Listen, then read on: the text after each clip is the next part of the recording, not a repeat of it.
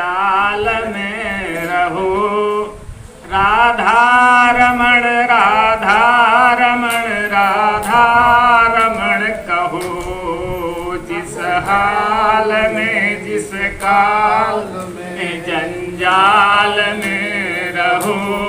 राधा रमण राधा रमण राधा रमण कहो, जिस योग में जिस रोग में जिस भोग में रहो।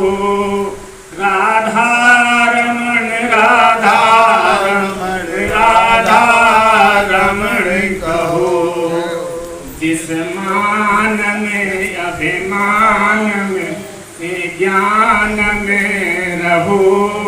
राधा रमण राधा रमण राधा रमण कहो, जिस काल में जिस हाल में जिस हाल में रहो। राधा रमण राधा रमण राधा रमण कहो, जिस देश में जिस भेष में परिदेश में रहो। राधा रमण राधा रमण राधा रमण कहो। बोलिए सतगुरुदेव भगवान की।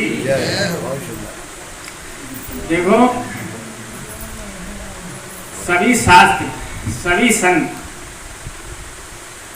समझ आने की क्रिया विधान अलग अलग हैं, लेकिन सबका लक्ष्य एक ही है कि जो हमको एक मानव शरीर प्राप्त हुआ है और इस हम भवसागर में, ये भवसागर है, इस अंधे कुएं में जो हम सभी आकर के यहाँ पड़े हुए हैं, इससे हम कैसे निकल सके, इसी पर विचार करना है।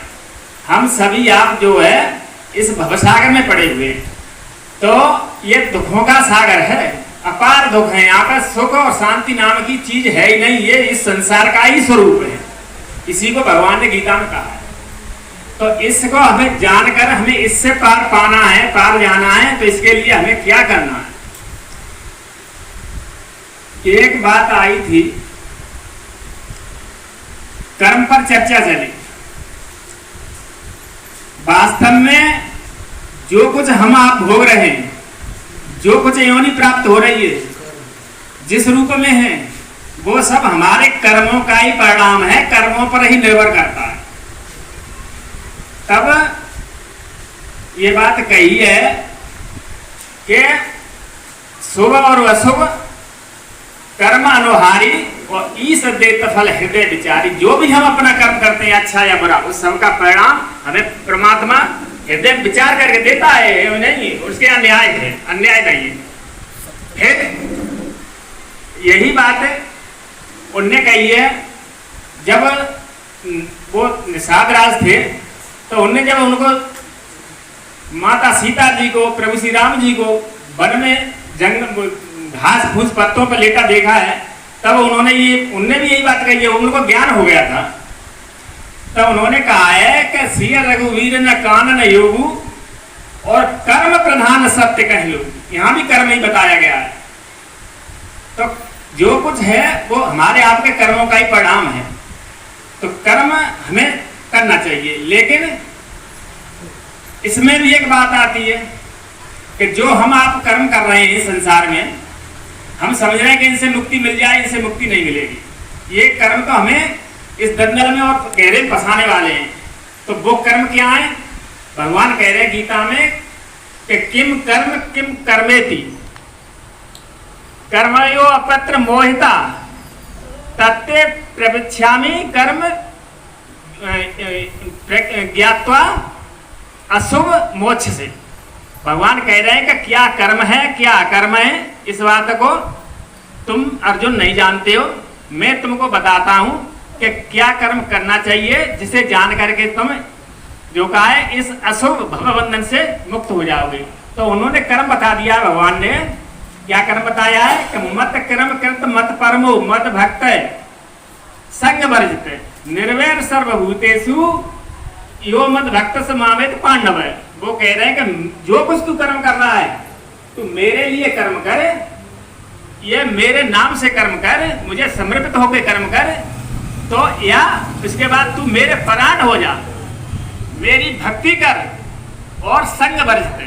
संग वर्जित कहते हैं कि तू आसक्ति में फंसा हुआ है, इस मोह में फंसा हुआ है, इससे हट जा, तब निर्वैर सर्वभूतेषु, सब में निर्वैर हो जा, सबको एक देख, समदृष्टि देख, राग द्वेष रहित हो जा। तो ऐसा जो भक्त होगा तो वो मुझे प्राप्त कर लेगा। और यही उपजा ज्ञान सुग्रीव का ने को जब ज्ञान हुआ था तो सुग्रीव ने भी यही बात सिद्ध की है कि जो हम आप कर्म कर रहे हैं, सुख संपत्ति परिवार बढ़ाई, सब परिहर करेहु सेवकाई, ये सब राम भगत के बाधक, कहें संत तब पद बराधक। जो हम आप सोच रहे हैं कि ये हमारा परिवार बढ़ जाए, हमारी संपत्ति दौलत और महिमा वैभव राज्य बढ़ जाए, ये तो सब नरक को ले जाने वाले हैं। यदि हम इसमें फंसे गए तो ये हमें मुक्त नहीं कर सकते, ये तो और गहरे में ले जाएंगे। अब इस चौपाई पर ध्यान देना है कि सुख संपत्ति परिवार बढ़ाई, सब परिहर करें सेवकाई, ये सब राम भगत के बाधक, ये सब राम की भक्ति में बाधा पहुंचाने वाले हैं। तो हम लोग इसी में फंसे हुए, तो बताओ हमें परमात्मा कैसे प्राप्त